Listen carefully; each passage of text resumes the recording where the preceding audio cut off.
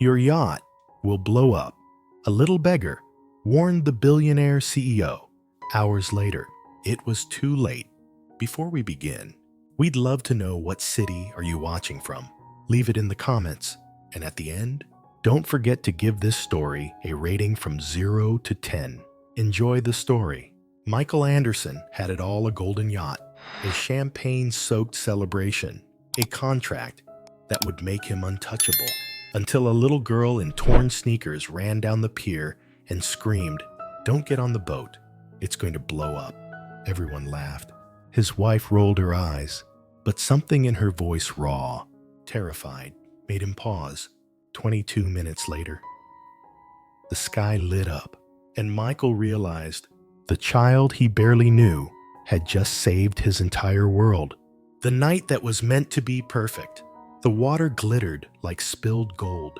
Charleston Harbor held its breath as the sun dipped low, drenching the sky in warm amber. The golden horizon, a sleek ivory yacht, worth more than most people would earn in a lifetime, floated like a crown jewel at the edge of the pier. Tonight was supposed to be perfect. Michael Anderson stood at the bow, sharp in a navy suit, his jaw tight with pride. Behind him, champagne chilled in buckets, lobster steamed on silver trays, and every detail had been curated for the celebration of a lifetime. He had done it. The contract was his. The years of clawing his way up from nothing validated. His wife, Emily, wore white. The kind of white that whispered elegance and exhaustion.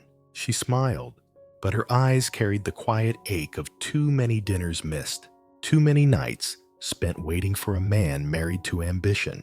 Their son, Ethan, ran across the deck with the wild energy of an 8-year-old who still believed yachts were pirate ships and stars could be caught in jars.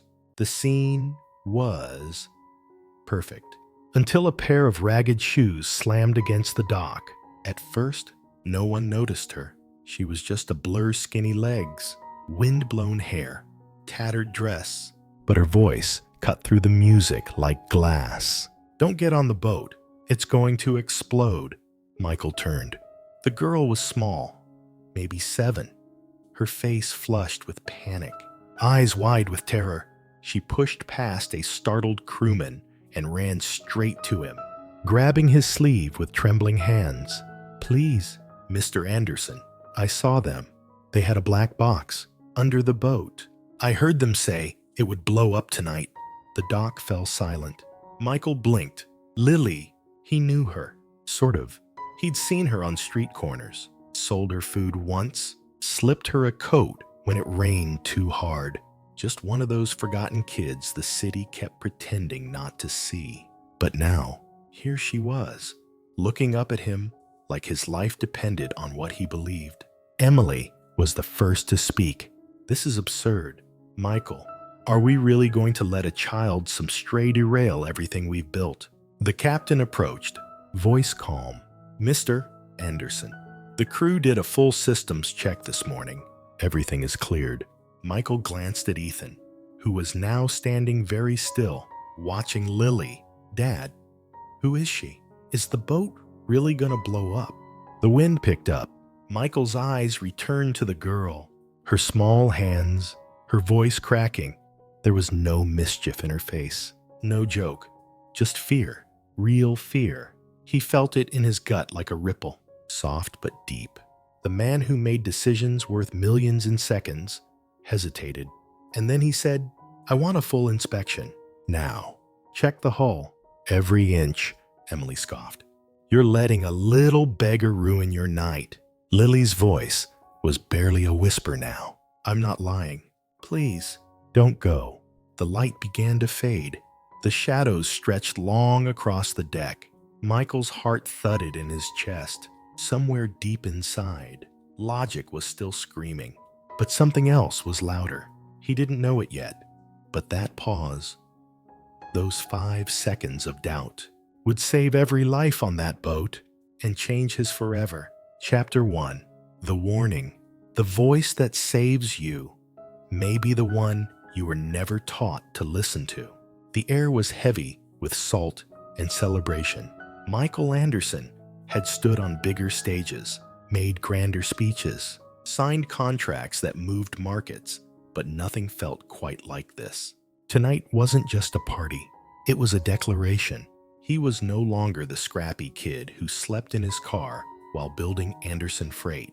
He was the man with the yacht, the wife in white, the sun with stars in his eyes. He had built an empire, and now he was going to enjoy it.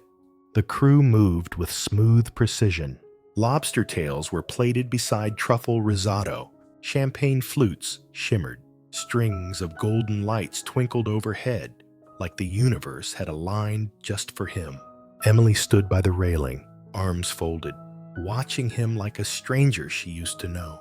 Ethan chased bubbles across the deck, his laughter the only pure sound in the sea of polite applause. And then a voice broke the air like a snapped wire. "Michael, don't get on the boat. It's going to explode." It wasn't a scream. It was a plea, urgent, raw, too young to belong at a party like this. Michael turned. The girl was running down the dock, barefoot, hair tangled, jacket 2 sizes too big, knees bruised. He recognized her, Lily, a street kid, the same one he'd handed sandwiches to outside the shipping terminal. Once, maybe twice, but tonight she looked different, not quiet or timid, terrified. "Lily," he said, more to himself. She reached him, out of breath, grabbing his wrist. "I saw them," she panted. 2 men, under the boat. They had this box black, with wires. They said it was going to blow up tonight. I swear." Michael looked down at her. Her hands were trembling. Her eyes, wide and dark, didn't blink. Behind him, someone laughed nervously. "Is this part of the entertainment?" Emily stepped in, grabbing Michael's arm. "Michael, she's a child, probably mentally unstable. Don't do this." Lily shook her head, panic rising. "I'm not lying. Please don't get on. If you do, you'll die." He looked at the boat, looked at the crew. Everything appeared fine, but something inside twisted. She wasn't acting. She wasn't making this up. Michael felt 100 eyes on him. Investors, family, staff, all waiting to see what the great Michael Anderson would do. The captain, Carter, stepped forward. "Sir, I can assure you, our pre-departure checklist cleared everything. No anomalies reported." Michael studied Carter's face, calm, confident, but even Carter looked slightly off balance. Lily tugged harder. They had a scar and a tattoo. They were messing with the wires. I heard them say it was set for tonight. Emily's voice cut through. "Are you really going to trust some random girl from the street over our team? This is ridiculous." Michael knelt down, leveled his eyes with Lily. "Why are you here?" She blinked fast. "Because I didn't know who else would believe me." That's when something inside him cracked. He rose, turned to Carter. "I want a full reinspection. Diverse hull, engine room, every inch." Carter hesitated. "That could delay departure by..." "Do it." Emily threw her hands up. "You're letting a child hijack your night." Michael turned to her. His voice was even. "If there's even a 1% chance she's right, I'm not risking our son." Emily said nothing. Ethan, quiet now, looked up from the edge of the deck. "Dad, is she a good guy?" Michael swallowed. "I think she's the best guy we've got right now." The sun dipped lower. Shadows swallowed the horizon. Carter moved quickly, calling for the dive team. Lily stood still, shivering slightly. Michael took off his blazer and draped it over her shoulders. "Don't move," he said gently. "You stay right here." She nodded. He looked back at the yacht, at everything he'd built, everything he stood to lose, and then back at a little girl who had nothing. Mesta miswai narnum, but might just save it all. Sometimes the loudest alarms come in whispers, and sometimes the smallest voices are the ones that keep you breathing. Chapter 2. 22 minutes. When truth arrives as panic, will you still listen? The water lapped gently against the hull of the golden horizon, as if unaware of what hid beneath its silver skin. Captain Carter adjusted his headset, his voice firm and low. Prep the dive team. Get me eyes under the stern. Engine housing. Prop assembly. Any place someone could hide something. Michael stood stiffly at the edge of the pier, arms crossed, blazer gone, breath shallow. Lily stood beside him, wrapped in the too big coat, her small fingers clutching the sleeves like they were her only anchor. Time moved strangely now, slower, thicker, like every second held weight. Emily paced behind him, heels tapping against wood, arms crossed tight. "This is a mistake," she hissed. "You're letting her control you. This is our night." Michael didn't answer because deep in his gut, he didn't feel in control anymore. He felt watched. Ethan sat quietly on a crate, legs swinging. He held a half-deflated balloon in his hand and kept looking between his father and Lily. "Dad," he said finally. Michael turned. "Is she telling the truth?" Michael crouched down, placed a hand on Ethan's shoulder. "I don't know yet," he said, "but I'd rather be wrong and safe than right and gone." Below deck, wetsuits zipped, dive masks checked, flashlights snapped into harnesses. Carter's men were efficient, trained, composed, but tonight, something in their rhythm was off. Even they could feel it. At 7:12 p.m., the first diver slipped into the water. Michael's phone buzzed, a text from his assistant. Surveillance footage came in. 2 unknown men, blue coveralls, loitering near Yacht at 2. At Skjoldsrøy kommunen here, 46 p.m. One has a large forearm tattoo, other scar on chin. Audio unavailable. Working on enhancement. Michael's blood chilled. Lily had described them exactly. He looked at her. She wasn't watching the phone. She was watching the water, lips moving in a silent prayer. He stepped closer. "What else did you hear them say?" She swallowed. One said, "Make it look like an accident." The other said, "He won't even see it coming." Michael's chest tightened. 7:17 p.m. The second diver submerged. Underwater, the world narrowed, cold, muffled. Carter's flashlight carved a path through the murk, smooth steel curves. So Olga, stillness, and then there it was, a box, small, black, no labels, tucked near the rudder, held by suction clamps and waterproof tape. Wires, a blinking light. He swam closer. A digital timer glared back. 22, 47, 22, 46, 22, 45. Carter's heart slammed.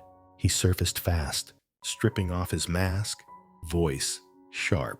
"There's a bomb." "Michael," timer's counting down. Less than 23 minutes. The words hit like an earthquake. Emily gasped, stumbling back, clutching Ethan to her chest. Michael froze, then exploded into motion. "Evacuate! Get everyone off." Now, crew members scrambled, no longer graceful, now just human and panicked. Emily cried out, "Oh my God, Ethan!" Michael grabbed them both, herding them toward the dock. "Go." People poured off the yacht servers. Staff, guests. Carter shouted orders. A siren wailed in the distance. Michael reached the dock, turned, counted heads, then felt a small hand slide into his. Lily. She was crying now, but not in fear, in relief. "You believed me." Michael dropped to his knees, pulled her into his arms. "You saved us." And then, boom, the explosion ripped through the harbor. A flash of fire, a deafening roar. The golden horizon, the yacht that represented everything he'd built, shattered into smoke. Debris raining into the dark water. Michael clutched Emily and Ethan, held Lily tighter. The heat scorched his face. His ears rang. But they were alive, because of her Sirens neared. First responders flooded in. The harbor, moments ago, a celebration, was now a war zone. Michael stood, dazed. His yacht was gone, but his family was whole, and beside him stood the smallest person in the crowd, who had made the biggest difference. He had built an empire with logic, but tonight it was a child's trembling voice that saved everything he loved. Chapter 3. The Girl with No Home. Not every hero wears a cape. Some sleep behind dumpsters and still save the world. The fire had been extinguished. The yacht was gone. Only metal and memory remained. Police tape stretched across the dock, and Michael Anderson stood behind it, like a man watching the ghost of his former life burn. But while reporters shouted and sirens wailed, Lily just sat on the edge of the pier, alone. She was small, still, wrapped in Michael's oversized blazer. Her shoes were soaked, toes peeking through the front. No one spoke to her. She didn't belong to anyone. Michael found her there, knees hugged to her chest. He knelt beside her. Lily.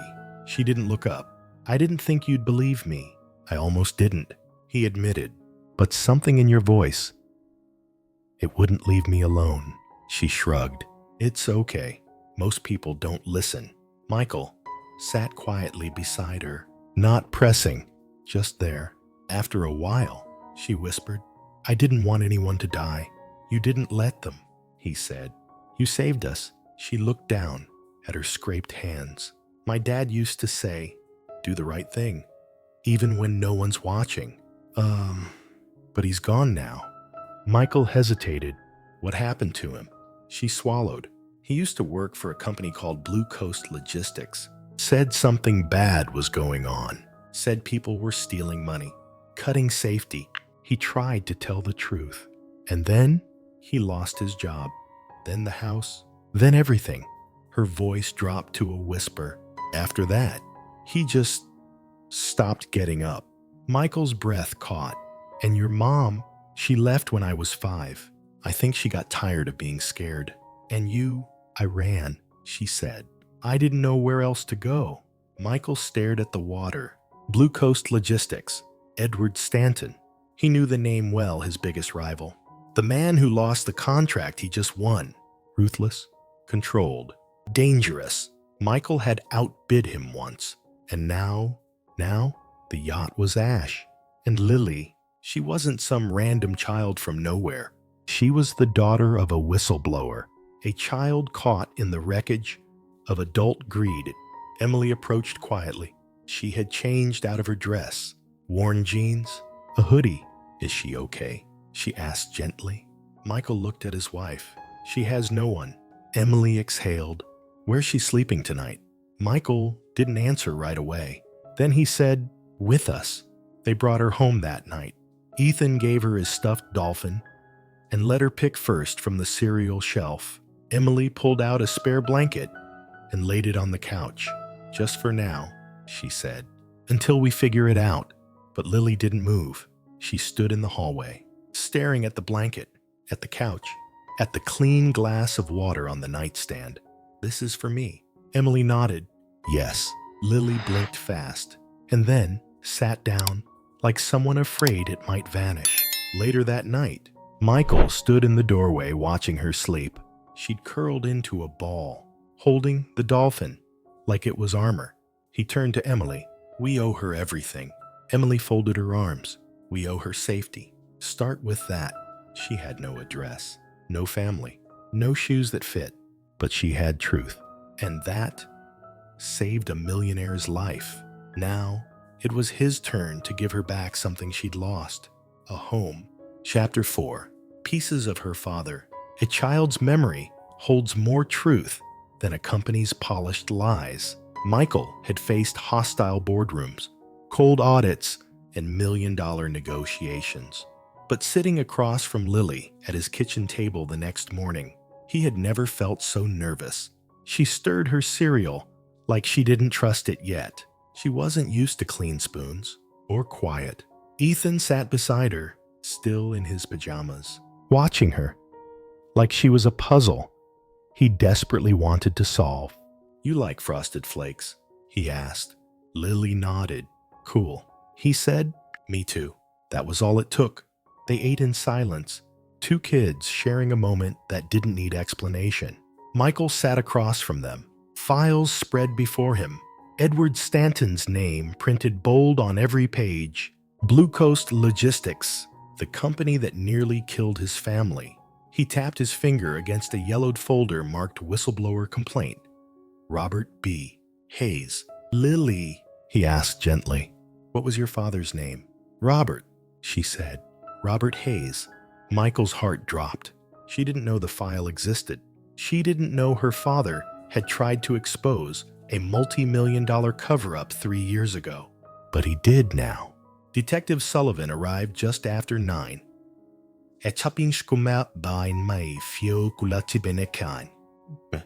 Tired eyes, coffee breath, and notepad that never left his hands. He sat beside Michael and opened the file. Robert Hayes submitted a report about falsified shipping manifests and unreported environmental violations, he said. It got buried. Then he was let go. 3 months later, he was dead. Suicide, Michael asked. Sullivan shook his head. That's what they called it. But his daughter saw something. He turned to Lily. Can you tell me what you remember? Lily's fingers curled tightly around her spoon. I remember him yelling on the phone, saying they were threatening him. Then he stopped answering calls. Then he was just gone. Did he say who was threatening him? She nodded slowly. A man with a scar said if Dad didn't shut up, we'd both disappear. Michael's pulse raced. The diver had seen that man in the footage. Scar on the chin, bulked arm tattoo. The same man who planted the bomb. This wasn't a coincidence. This was a hit. Detective Sullivan leaned forward. We'll need her testimony. She's just a child, Emily said quietly from the doorway. Lily looked up. I'm not afraid. Everyone turned. Her voice didn't tremble. I watched my dad be brave. Now it's my turn. That night, Michael sat with Lily in his study. He showed her the file. She traced her finger over her father's name like she was seeing it for the first time. He wasn't crazy, she whispered. He was right. Michael nodded. He was, and now, the truth's coming out. She looked up at him. Does that mean they won't try again? Michael didn't lie. It means they'll try harder, but this time, they won't get close. He reached across the table, held her hand. You're not alone anymore. Lily didn't say anything for a long time. Then, quietly, do you think he'd be proud of me? Michael's voice broke. I think your father's looking at you right now. Lily, and I think he's never been prouder. She didn't carry documents. She carried memory, and sometimes, memory is the most powerful evidence of all. Chapter 5. A family of strangers. Family isn't who you come from. It's who stays when everything falls apart. Lily had been sleeping on the couch for 5 days. Not once had she asked for anything. Not for toys. Not for new clothes. Not even for a room of her own. She took up the smallest corner of space in the Anderson home and tried her best not to be seen, except when Ethan pulled her into the light. That morning, he dragged her out of her blanket cocoon with a shout. Come on, we're building a spaceship. Lily blinked, groggy. With what? He grinned. Couch cushions, paper towels, and imagination. Emily watched them from the kitchen, coffee in hand. Her heart tugged in 2 directions. She hadn't asked for this girl, hadn't prepared to share her son, her home, but when Lily smiled, really smiled, it was like watching someone remember what it felt like to be loved. Emily sighed and set down her mug. Lily, do you want scrambled or sunny side up? Lily blinked. For me, Emily nodded. You're not invisible here. By afternoon, the living room looked like a space station. Blankets formed tunnels. Flashlights served as laser beams. And in the middle of it all, Lily wore one of Ethan's old baseball caps and declared herself captain of the mission. Michael sat on the couch, his laptop open but unread. He was watching her, watching how fast she went from shadow to sunlight. That night, Emily found Lily brushing her teeth with Ethan's spare brush. "Did your dad ever teach you bedtime routines?" she asked gently. Lily shook her head. "We didn't really have nights like this." Emily hesitated, then handed her a folded towel. "We do now." After the kids had gone to sleep, Michael sat beside Emily in the dimly lit kitchen. "She fits here," he said softly. Emily stared at her tea. "She's not ours." Michael looked at her. "Does she have to be by blood to deserve a bed, a dinner table, a family?" Emily didn't answer, but she didn't argue either. Later that night, Michael heard a soft knock on the door to his office. Lily peeked in. "Can I ask you something?" "Of course." She stepped in slowly, dolphin in hand. "What if I stay for real?" Michael's heart swelled. "Then we build you a room and fill it with every kind of light you were ever denied." She bit her lip. "Even if I'm not really yours?" He crouched down to her level. "You're ours now, because we choose you." She didn't cry, but her arms wrapped around his neck, like a child who had never done that before. Not like this. And he held her for as long as she needed. They weren't blood. They weren't bound by law. But in one small room, with one soft hug, they stopped being strangers and started becoming a family. Chapter 6. Smoke and scar tissue. Some wounds don't bleed anymore, but they still burn. The smell of smoke still clung to Michael's skin, even after 5 showers, a week of clean suits, and a carefully worded press statement. He could still smell it. The ash, the fear, the moment everything almost ended. But the worst part wasn't the explosion. It was knowing someone had planned it, deliberately, precisely, and had come inches from succeeding. Detective Sullivan leaned over the laptop screen in Michael's study, rewinding the grainy marina footage for the 5th time. "There," he pointed. Pause. 2 men, blurred faces, blue coveralls, moving in the shadows near the yacht's hull. One turned slightly. The camera caught the gleam of a tattoo wrapped around his forearm. Something jagged, tribal. The other's profile was visible just long enough to show the scar on his chin. "The same description Lily gave," Sullivan said. Michael exhaled, jaw tight. "You get a match. We're working on it. But I'll tell you this, whoever planted that bomb knew boats, knew time, and knew you." Michael looked toward the hallway, where the sound of Lily and Ethan's laughter trickled in like light through an old window. "She was right," he said. "All of it." The media had begun circling again. Rumors, headlines, rival CEO suspected in harbor bombing. Some were ridiculous, some far too close to the truth. And one name kept surfacing. Edward Stanton, Michael's fiercest competitor, the man who had everything to gain if Anderson Freight failed. Stanton had motive, money, and no moral compass. But he had lawyers too. Layers of insulation. Enough deniability to make proving anything feel impossible. That night, Michael sat Lily down in the living room. The windows were open, the autumn air crisp. He held up a photo, grainy, low resolution. "You know this man." Lily looked. Her fingers curled into fists. "That's him. That's the one with the scar. He told my dad to shut up or disappear." Michael nodded. "He's part of something bigger. And now, we're going after them." Lily hesitated. "What if they come back?" He looked her straight in the eye. "They won't get near you, ever again." Emily joined them moments later, her hands trembling as she handed Lily a small wrapped box. "What is it?" Lily asked. "Something to help when you're scared," Emily said softly. Inside was a bracelet, thin, leather, with one engraved word, "Stay." Lily looked up, confused. Emily smiled. "It's a reminder," she said, "that no matter what happens, we stay."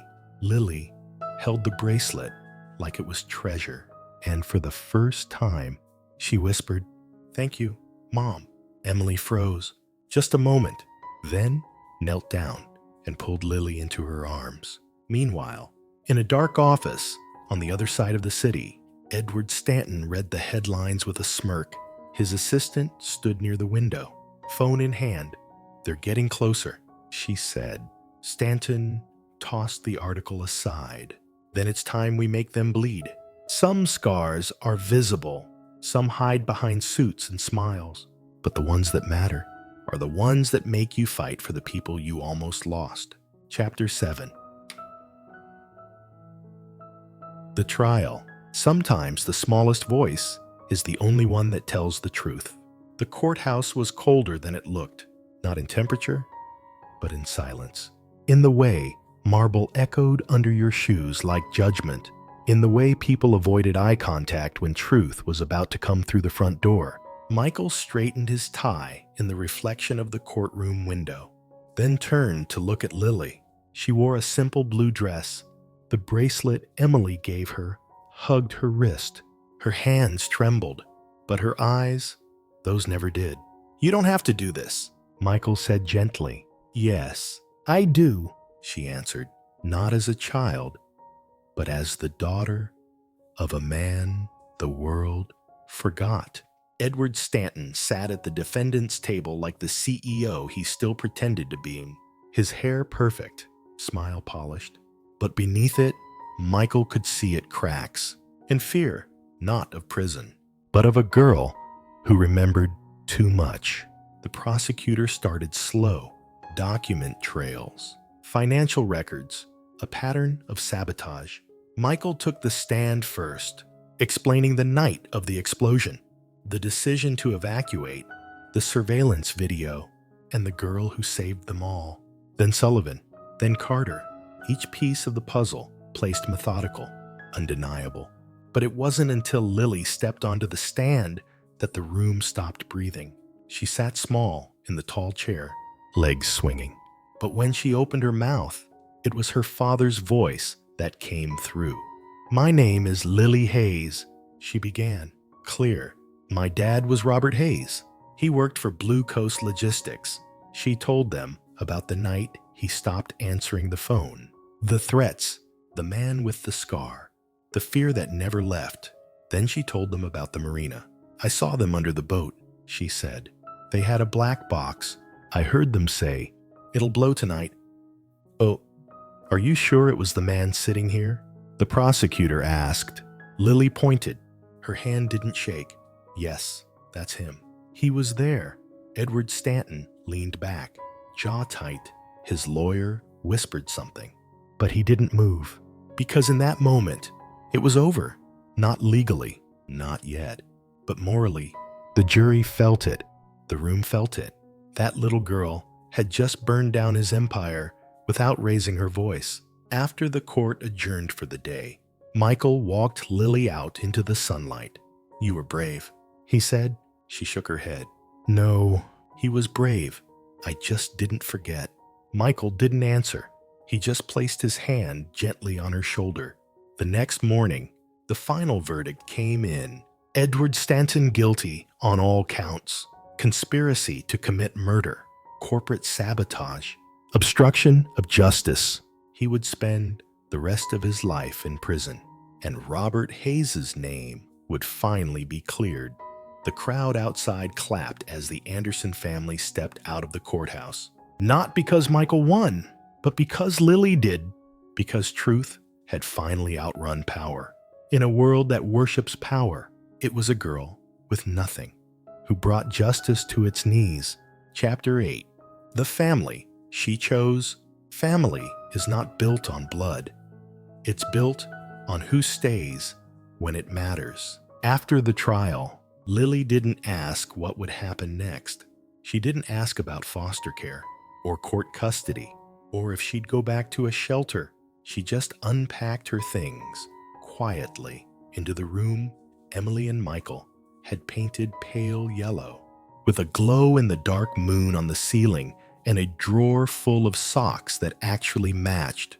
No one told her she could stay. No one had to. She simply chose to. Ethan walked into her room carrying a shoebox full of treasures, bottle caps, a compass, a marble he swore could tell the weather. "These are for you," he said, "because sisters should have cool stuff too." Lily's lips parted. She hadn't heard that word out loud before. "Not like this, sister." Ethan shrugged. "You live here now, right?" She nodded slowly. "Then yeah, sister." In the kitchen, Emily poured 3 cups of hot cocoa, 2 for the kids, 1 she left on the windowsill. Just like her mother used to do when she didn't know how to say, "I love you" without words. Michael entered quietly, pausing beside her. "You okay?" he asked. Emily nodded, blinking. "She calls me Mom now," she whispered. Just said it, like it had always been true. Michael kissed her temple. "It is." That weekend, Lily brought home a permission slip from school. It asked for emergency contacts. She filled in 3 names. Father, Michael Anderson. Mother, Emily Anderson. Brother, Ethan Anderson.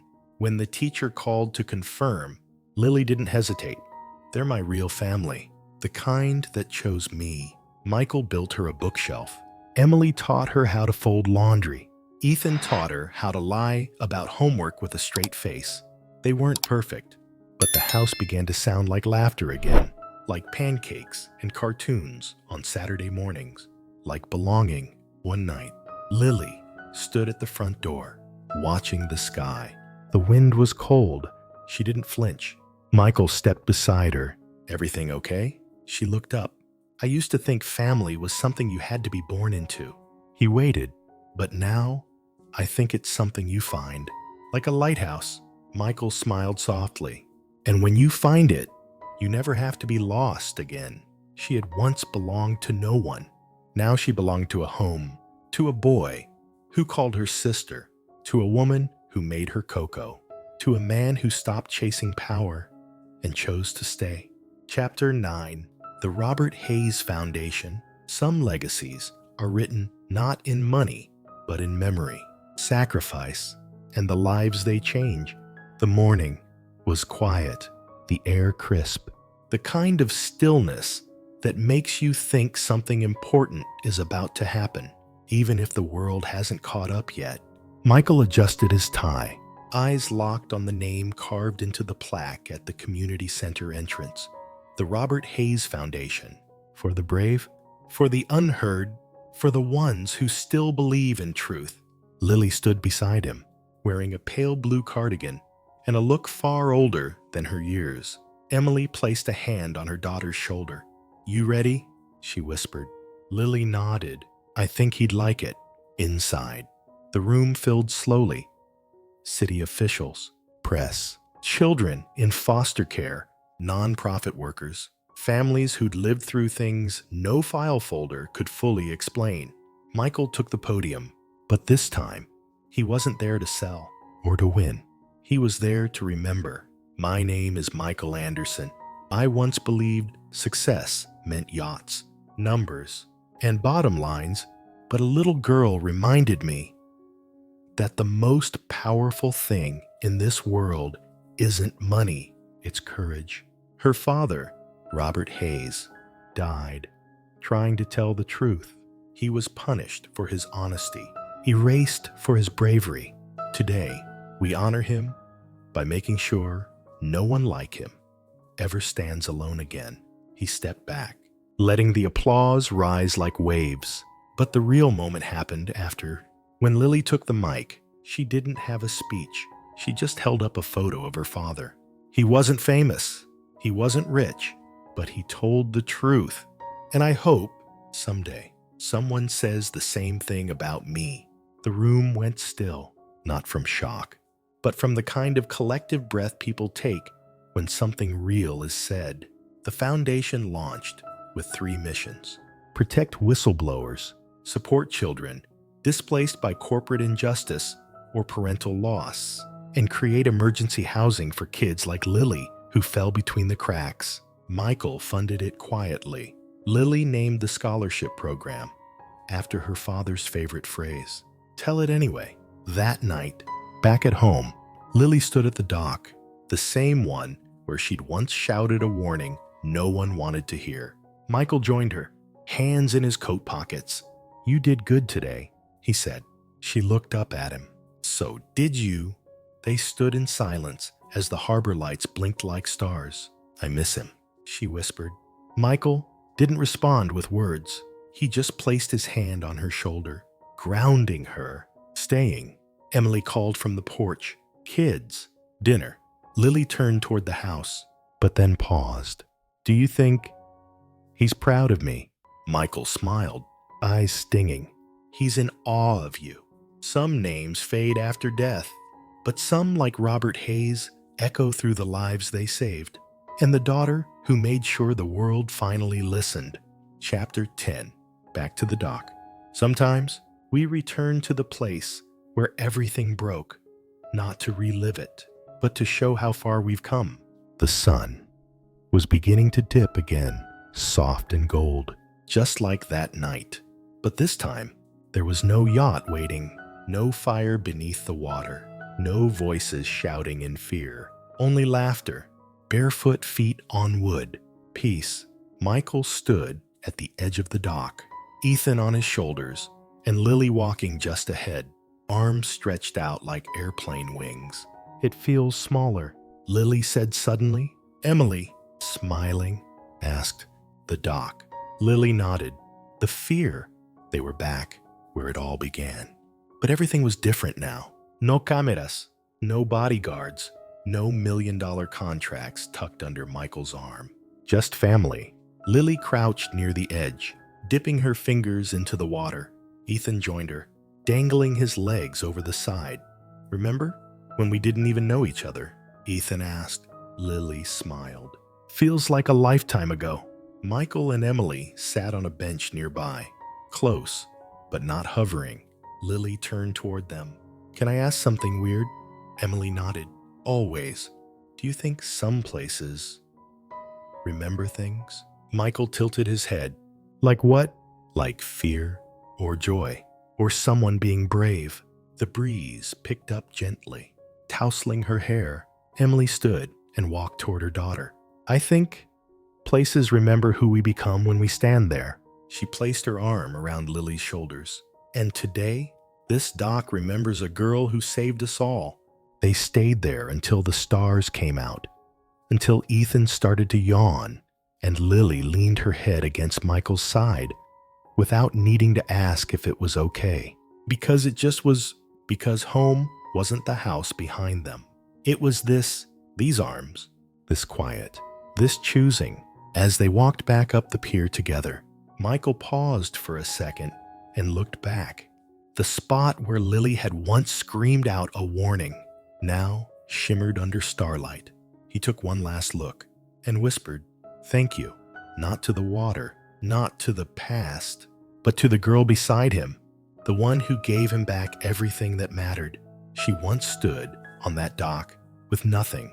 Now she walks away with everything, not because she was saved, but because she saved them. The girl who wasn't supposed to matter. She didn't wear a cape. She didn't have a name printed in headlines or a home to run back to. She just stood on a dock, barefoot, terrified, and loud enough to change everything. Lily was never supposed to be the hero, not in Michael's world, not in boardrooms, billion-dollar deals, or luxury yachts. But sometimes, the person no one listens to is the only one telling the truth. Michael Anderson spent his life building a fortune, but that night, when the water burned and his world nearly vanished, he realized something. The real legacy we leave behind is who we choose to protect. He didn't save Lily, she saved him.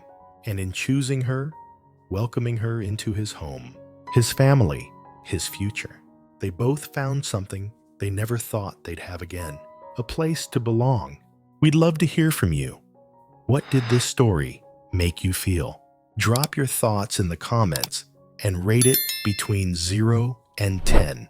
Subscribe and turn on the bell so you're always updated. More inspiring stories are waiting. Click here to watch them. If this story moved you, if it reminded you that family is more than blood, that love is who shows up when the fire starts. Then the next story goes even deeper. Let's keep listening to the voices the world overlooks. Let's meet again at the place where everything changed. Drop in the comments if Lily's courage touched your heart. Tell us where you're watching from. And if you're ready for more stories like this, we'll be here, waiting